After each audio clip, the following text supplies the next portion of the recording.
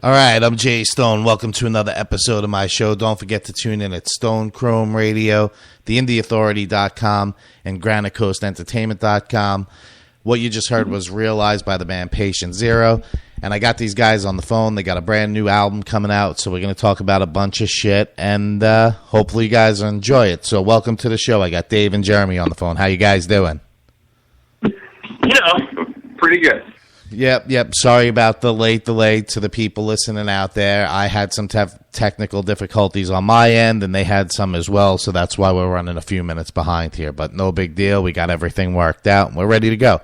So tell us a little bit about the band, because, I was telling you guys that I found you guys on iTunes Radio listening to a Marilyn Manson station. So I'm not, I've been playing you guys on the show. I'm not sure how many people know about the band. So go ahead and give us a little background on you guys. Well, I don't know. I mean, we're just a little local band out of Massachusetts. We play around the Boston and the Providence area.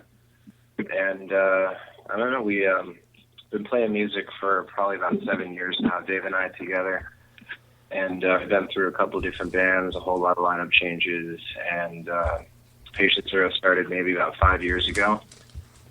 Cool. So we were talking about styles before we started the interview. So what type of style do you guys consider yourself? That is such a difficult question for us. I can tell you that we've been referred to Slipknot, Deftones, Tool, Korn, Five Finger Death Punch, Suicide Silence. Did I say them already? Rage Against the Machine, all sorts of things. But every member has their own vision, and we all have very different influences. But we mash them all together, and then Patient Zero comes out. Cool. So now you guys, you already had an album out, and that's it gets pretty good rotation on this iTunes Radio thing. That's not the only place I heard the song actually. But did you guys have a record label when you guys released that, or was that totally independent? Totally independent. Self-managed. We recorded that in 6 different places, all by ourselves. We did the whole thing, soup to nuts. And I mean, like I said, we're just some local guys. We're nobody huge, but we just did it in our own little studio. And Dave mixed and mastered the whole thing himself. It took forever. We had about 1,000 versions of every song.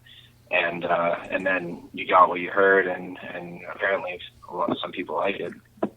Now, are you following the same way of doing this album, doing it in different places, or are you sticking to your own studio, or did you guys go to a studio? What's the process for the new album you guys are about to release? I mean, we could sort of say yes to all of those things. We started trying the DIY thing again, and then we got pretty deep into the process, like 6 months or something. Yeah. And then we still weren't happy with the quality. We felt like the fans deserved a better quality CD.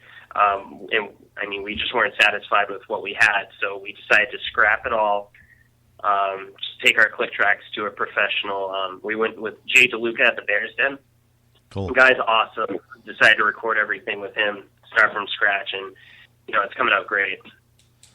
When you say DIY, are you also doing your own T-shirts and stickers and stuff like that, or are you letting other people handle that? I mean, we handle the graphics internally. I'm a graphics major from high school, but as far as printing stuff, the whole press thing, we send it out. Cool. So the name Patient Zero. I know there was movies with the name. I know there's another band floating around. Do you find it hard to for people to find you guys because of the name, or it doesn't really affect you? I'm not really sure, because we haven't been in any sort of band that had any sort of recognition like this one. So we've only had one name. We haven't changed names or anything, and so I couldn't tell you that it's either helping us or hurting us, but I can only imagine that it helps, because I mean, that whole Ebola thing, people were looking up that Patient Zero and all that. We have people tag Patient Zero, and they're like, Yeah. totally different topic, but we just get caught up in the hashtag. Right, that's fun. So did you, what was it, because of the movie Patient Zero, or it was just something that you guys came up with? I just came up with it one day. We were trying to decide band names. We had a couple of really bad ones. And I don't know. I have no idea why I thought of it. I just sort of said it. And I guess it was the only one that we could all somewhat agree on. Oh, I hear you. That's cool. Do you guys have side projects, or is this your main focus for music? I have a side project. I don't think the other guys really dabble in anything. But, I mean, we all have different projects, and, like, they might not be musical, but, yeah, I have another band, and that's really it. Cool. So we talked a little bit about the new record. How many songs do you guys plan on putting on the new record, and are you going to make physical copies of it? So we got 8 songs. I mean, originally we were just going to go for an EP with 6 songs, but when we decided to scrap the project and start over with a more professional environment, we decided to add 2 more songs to that. Cool. It took a while to release it, so we've been working on it so long that by the time we got to phase 2, if you will, we were already writing new music. We actually have about another album's worth of material, some good, some not so good, but we're already ready to start recording again. So as soon as this is out, we're back in the studio. Gotcha. So what makes you choose the songs? Do you guys just agree on, have to agree on every song, or are you just picking them as you go? I mean, when we started this out, it was just we were releasing whatever we had. With this EP, I think there were songs that we didn't like so much, but we didn't necessarily not choose them. We just sort of stopped playing those B-side songs. Gotcha. We ordered basically what we liked the most. Cool. So now you guys said, we were talking, right before the show while we were waiting for everything to load up. You guys recently had a band member to depart. So tell me a little bit about the lineup changes and, why do you think you guys are changing members? So there's been a couple of changes since the last release. The first one was our guitarist, Steve. He left for personal reasons. He had to move to Connecticut, and that just outright wasn't going to work. And it was a mutual agreement. We're still friends, just like all the other ex-members are friends with us. For a good portion of this band, we were a 2-lead singer band, and the next member to leave was Matt Braga. And we still talk to that guy all the time, but he felt like he couldn't invest himself fully financially, and being in a band's a huge time investment. And yeah, it's just. So then this Monday, actually our bassist Weevil, the guy with the huge beard that you might see in pictures of us, decided that he needed to start a new chapter in his life. So now we're looking for a bassist. So hit us up. Is he not just doesn't want to play music anymore, or was it No, that he just didn't want to play that music?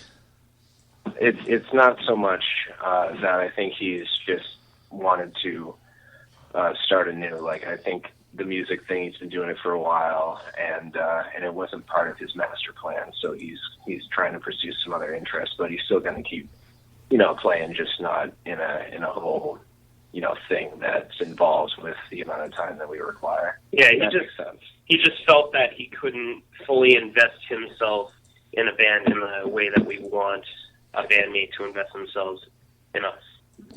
How hard do you think it's going to be to find a bass player? I mean, you guys are obviously a good band, so I don't see it being a problem. But in certain, parts of the country, there's a lot of need for a bass player. So do you think that's going to present any problem from you guys moving forward at all? I mean, we want to find the right guys, so we don't want to, look at this lightly. Weeble's going to be a hard guy to replace because he just had this presence, not just the fact they had this long hair and a beard, but he was just, when he was on stage, he was into it. And as a person, really good guy. He's a really good guy. He's still one of our best friends. And, it's hard to replace someone that's just good in every spectrum. And, we could find any bass player, but it's going to be hard to find another guy that's like a true friend and like has that same sort of image and quality. And how are you guys going to approach looking for a new bass player? I mean, there's not many avenues out there anymore. I mean, back in the day, you were able to like put ads in like a music exchange. Are you just going to do something like on Craigslist, or are you going to try to recruit someone at another show?